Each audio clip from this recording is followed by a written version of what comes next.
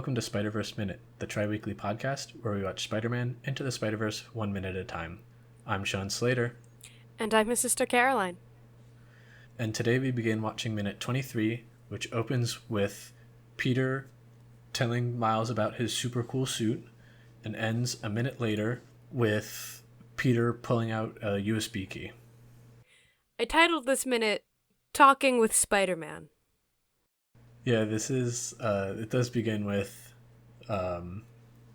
Peter and Miles going back and forth, which is kind of nice. I thought this did a good job of introducing the quippy side of Spider-Man, and just like how you can really tell this minute definitely shows oh yeah, Spider-Man is cool in this universe. I took it a little differently, but okay.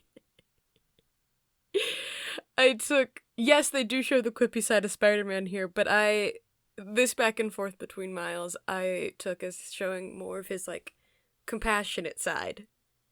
Yeah, like I said, cool. Okay. But going back to that, there really is, I wanted specifically to talk about these 3 lines that I think really shows just how, this quick almost turnaround from, really quippy to really compassionate that Peter does. So it's right after Peter realizes that Miles is also, this super spider person. That's a great way to describe it. And he says, "I thought I was the only one. You're like me." Miles responds with, "I don't want to be." And then Peter responds in this very, calm and even sympathetic voice, "I don't think you have a choice, kiddo." Yeah, I really liked this this back and forth, especially the "you're like me" line is really impactful, partly because in the Ultimate Universe, this comes up as well, but in a completely different in the total opposite sense of the way it's said here. In the Ultimate Comics Spider-Man number 12, Uncle Aaron says this, says "you're like me" to Miles right after they get into a fight, and Uncle Aaron's gauntlets, he's also the Prowler here, Uncle Aaron's gauntlets gets damaged and explodes, and this causes him to die, and so Uncle Aaron is saying it to Miles as more of a hey, you're not different from me, you're quote unquote bad like me, and it's got this total opposite meaning where Miles sort of feels like Uncle Aaron's death is his fault, and he feels it's this constant conflict of am I just turning into Uncle Aaron here, whereas in this movie the "you're like me" comes across more like a hey, you can be good if you want, you're like me, you need to but it also has that sort of that responsibility and the expectations, oh, you're like me, you have to become a hero now, and so it's sort of weighted in the opposite direction, but it still weighs on Miles. Mm-hmm. Just a quick question, in the comic, does Uncle Aaron know that Miles is Spider-Man at that point? Okay. Yeah, he I forget when he finds out, but he knows, and even in that scene, part of Miles's mask is exploded off and stuff, so but yeah, it's that he knows, they know who each other is. Okay. I was just curious. Going back to the movie and that whole, you brought up this idea of responsibility and stuff. We've talked about it in previous minutes, and then we kind of haven't been able to talk about it because it hasn't been brought up in a while, but now it's getting brought up again. And this idea of Miles not having choices and these expectations. And even Miles is, "I don't know if I want to be like you." He just says, "I don't want to be," straight up. And Spider-Man, again, very sympathetically, which I really appreciate that he's like, "I don't think you have a choice, kiddo." And I want to compare this to how his dad sort of talked about it now that was in the context of like going to Brooklyn Middle, but even when Miles was like, it doesn't feel like I have a choice, and his dad just snaps back, you don't, which was a very authoritative, like, I'm the parent, you're the kid, you listen to me. Where Peter's is very, it's like, look, I get it, you don't want to do it, but I don't know if you have really any other options here. Yeah, and I think Spider-Man, or like Peter in this case, also has that, you know, he knows exactly what Miles is going through, and he's probably literally the only other person in this universe who knows what he's going through. Like, well, at least for the next couple of minutes, but yeah. Well, and he even says that in the next line. It's like, you probably have a lot going through your head right now. Yeah. And Miles even responds like, yeah. Like, but one thing I really want to note is that you see him kind of relax a little bit.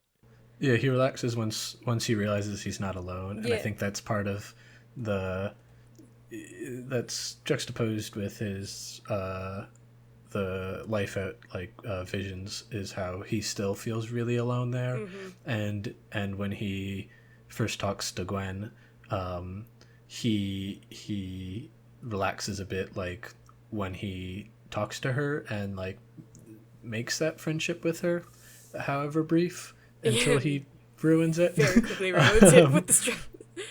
But before that, like, you can even see him then there, like, once he realizes he's not completely alone, he relaxes a little bit. Well, and you can even see it even later than that, when he's like first sees the comic and like the parallels between what he's going through and what Billy Barker goes through in the comics, of just this whole, you know, he's running away from Visions. He's like, no, it was a normal spider. I'm a normal kid. Like, he's so stressed because he knows if he's not, that just makes him a freak and it's going to isolate him even more. Yeah.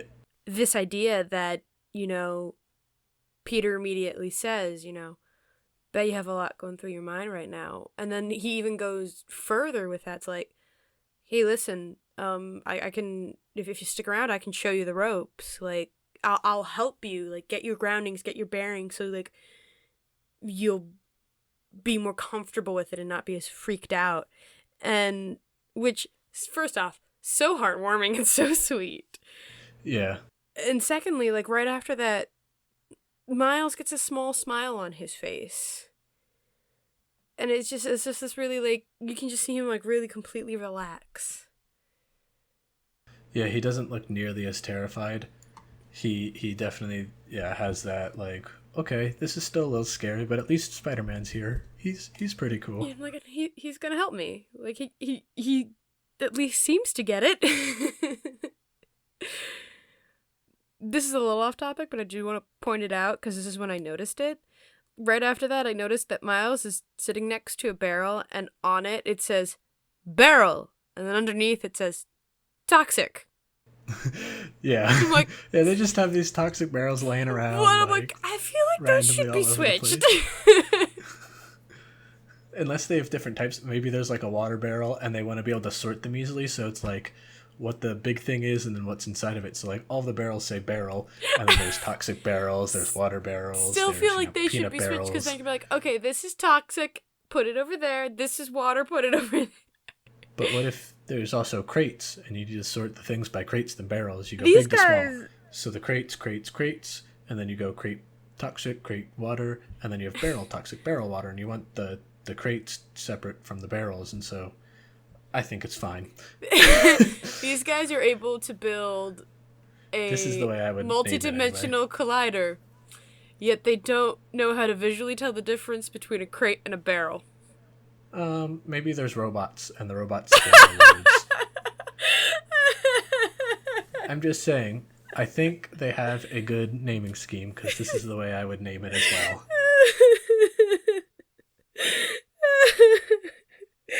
Okay.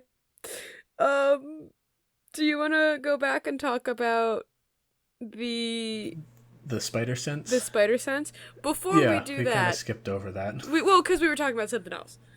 And this still ties in. I do need to mention, I love how Spider-Man casually mentions that his suit is a onesie. Oh yeah, I that brought up some questions. I did like the way he just said that. They're like, oh yeah, I don't have to worry about that. This is a It's like onesie. this is a onesie, so I don't have But to worry about that. Like, hold on a second. yeah, if it's a onesie, how like the what are his shoes like? Like what's the part that he sticks his feet in? Does it have a sole? Like, Is it just because normally they're padding under boots, there? and he just like he has the spandex bottom, and I could see like that all being a onesie with like his feet sticking out.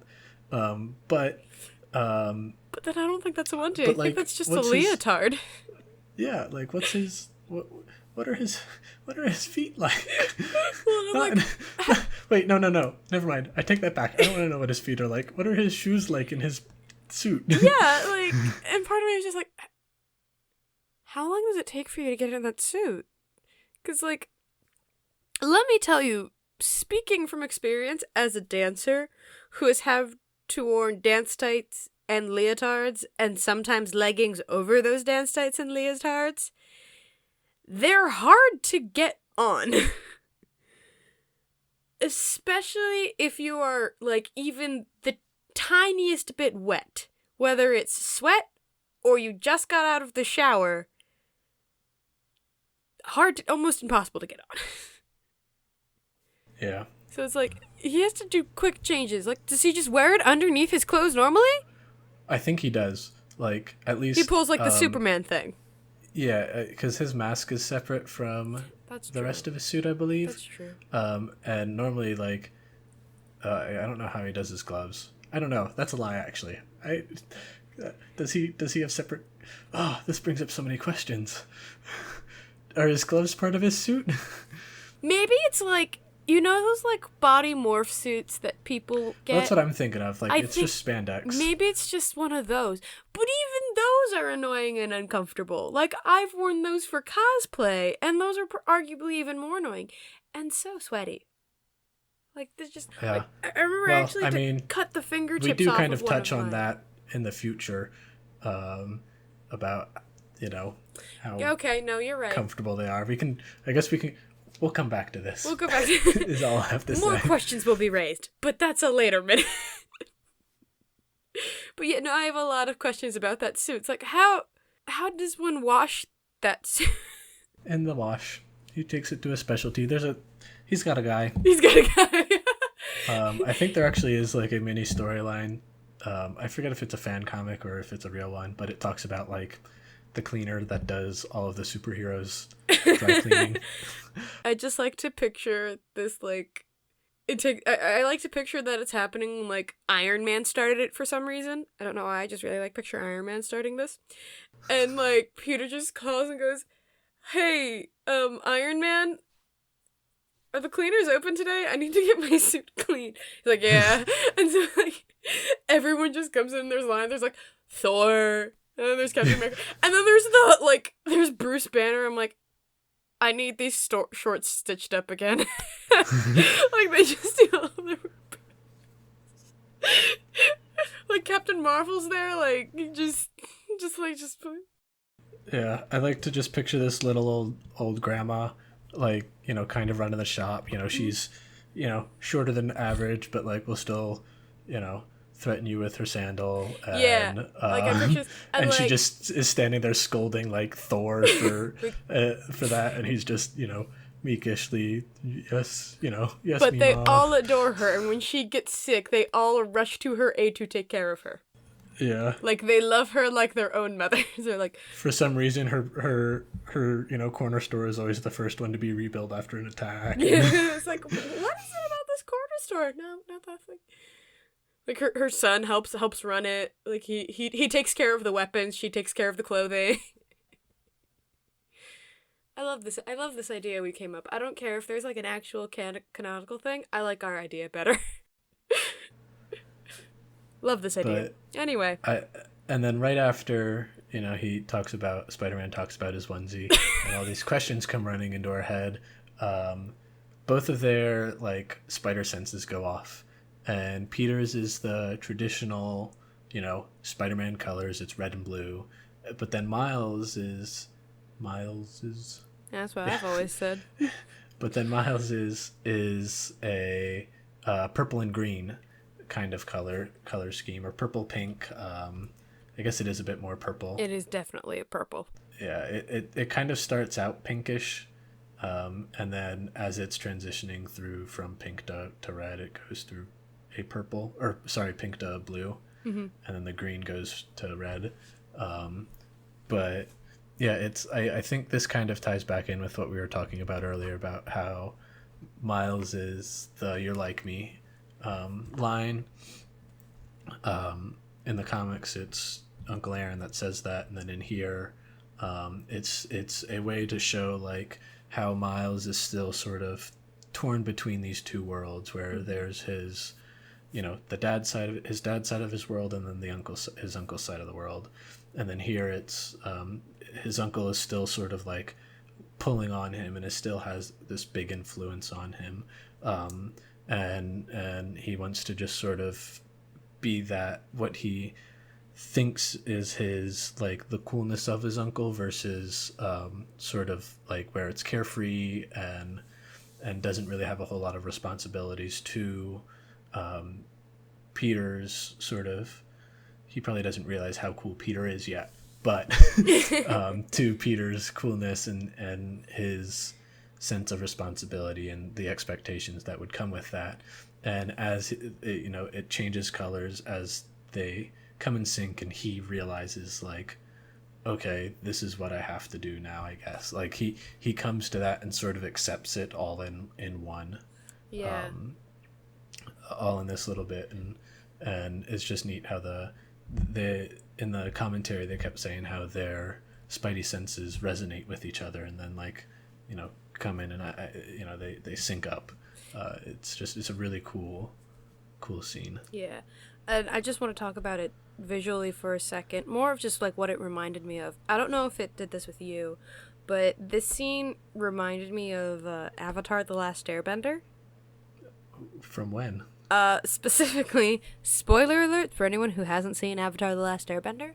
In the very last episode, right when Aang starts to take away Fire Lord Ozai's bending away, there's the blue that represents Aang, and then the red that like represents Ozai, and the red slowly like consumes Aang, but at the very end he just like explodes with all the blue and then consumes Ozai. I don't know why, something kind of like, I guess in the way that sort of the green and the purple was like around Miles and then slowly got consumed by the blue and the red. Yeah, that now that you mention it, it does remind me a bit of that. It reminds me of that, and then I just thought of it now. For some reason, it also kind of reminds me, if you remember the episode in the final season where Zuko and Aang go to, like, the temple of the original firebenders, and then there's the two dragons that come out at the end. Yeah. And, like, then they, like, swirl the fire around them, the way those fires kind of come together and meet into this beautiful visual. Just, I don't know. Some it kind of reminds me of that too. Visually, I don't have an explanation for that second one, but it's totally what came to my mind when I was watching him this minute. Yeah, it's kind of, thematically sort of, it's similar where there are these two opposites. In this case, it's Miles's carefree life versus one of expectations. Mm-hmm. Or the life that Miles wants to lead right now of carefreeness and getting to do what he wants to do, and the one that he feels like he's being pushed more and more towards, where there's a lot of expectations placed on him, versus the in Avatar it's the quite literally the those two opposites. Destruction of the world and the saving of peace. Yeah. And then the last thing I have is just in the last couple of seconds when Peter's crawling along the wall and starts to insert the USB, or tries to insert the USB into the thing to fix or stop the machine. The first thing I thought was, who is he talking to? Mm-hmm. Like, is he just narrating out loud? Yeah, as you do. Is he lonely? Judge. Does he need more friends? I can't judge. I talk to myself all the time. But then I liked the how the fix for this is just a USB key. Right. And how like it's like, okay, yep, we gotta fix this. Here's a USB key. Let's just plug it in and stop it. I always get this wrong. Which is a great joke. Just the oh yeah, can't put it in way right the first time. Turn it around. Nope, still wrong. Turn it back around. Oh, there we go. That's right now. I have actually gotten quite skilled at putting the USBs in the right way the first time. I just haven't had to deal with it because everything I use now is mostly USB-C. So, or it just stays plugged in all the time. And the USB-Cs don't have direction. I have to plug my mic in every time I record. So I've gotten quite good at the skill. Since we're talking about the USB, I do want to just say I like how it just says Alchemax on it. Like, it does make me wonder, like, how many stripped down USBs does this guy have that he has to label them like that? Yeah. Like, who else is he fighting? Like what? A funny gag would be, like, another potentially funny gag would be if he pulled out like a keychain and there's just like 20 on that, and it's like the old janitor with way too many keys trying to figure out which one to plug in, and he's got to flip through. It's like Alchemex, nope. Oh, here's another one. Like, he's got like 6 of them Black Cats on there. Yeah, it's like Black Cat, no. Green Goblin, no. Doc Ock, no. Here it is. He's just got like Iron Man, no. Like, wait, hold on a second. Go back to that one. Or it's like long. It's like Iron Man in case he turns evil. No. Yeah. Aim, no. Shield, no. Sword, no. I would have also accepted if, like, later when we get to see his, like, lair. Yeah. If there was just a table full of them. Or, like, even just a box labeled deactivation keys. Yeah. He's just got a general one. The only other thing that I have for this, there's 2 actually, is like right before he goes up to that, is how he just so casually mentions how he has to stop the collapsing of the space-time continuum. Yeah, to Miles. See, there he is being cool again. I'll give you that one. No, the cool part is right after that, when he jumps off and does all of the show-off moves. Oh yeah, that completely forgot about. This minute has so much in it. This one actually has surprisingly a lot in it. Yeah, just the way how he's just like, okay, I gotta go, and just is so cool, and like flies away and grabs onto the collider, and just uses it to swing around and get to the ceiling. Like, it is so smooth and cool, and it clearly shows just like how much skill this Peter has, that he's able to so seamlessly and effortlessly fly through the air and just get to where he wants to go without any issue.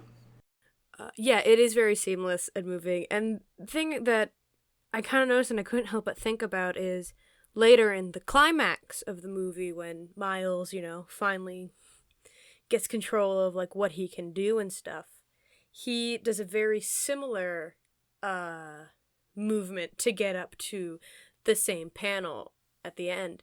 And I couldn't help but think of this too, is Spider-Man, Peter there, and Gwen next to him goes like, we totally taught him that. And Gwen's like, I didn't teach him that. And I know for sure you didn't. And I just realized, like, oh my gosh, you learned that from this Peter. And now I'm a little, like, feel a little proud. I'm like, oh, he picked something up from him. Yeah.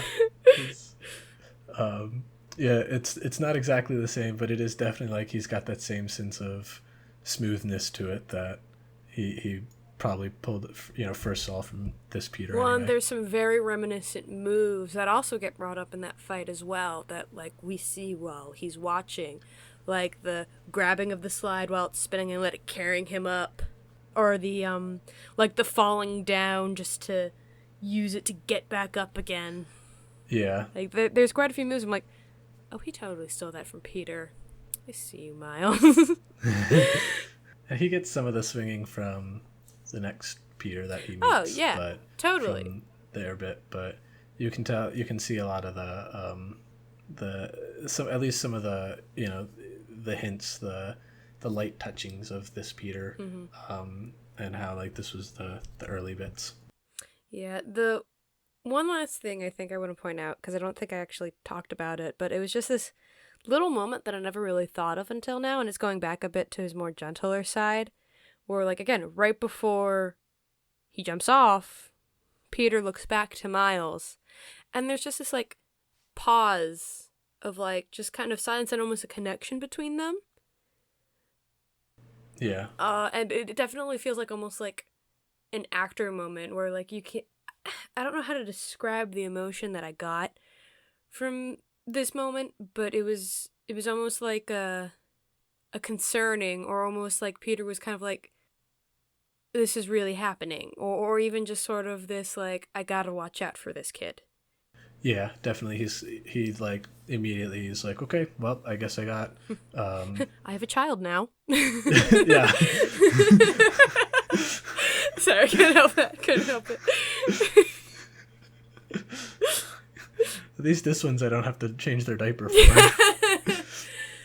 No, you know what his look back, on a more serious note, what his look back kind of made me think of? It almost made me think of, like, it almost felt like an Uncle Ben moment for Peter. Yeah. Like, he just kind of looked back and was like, okay.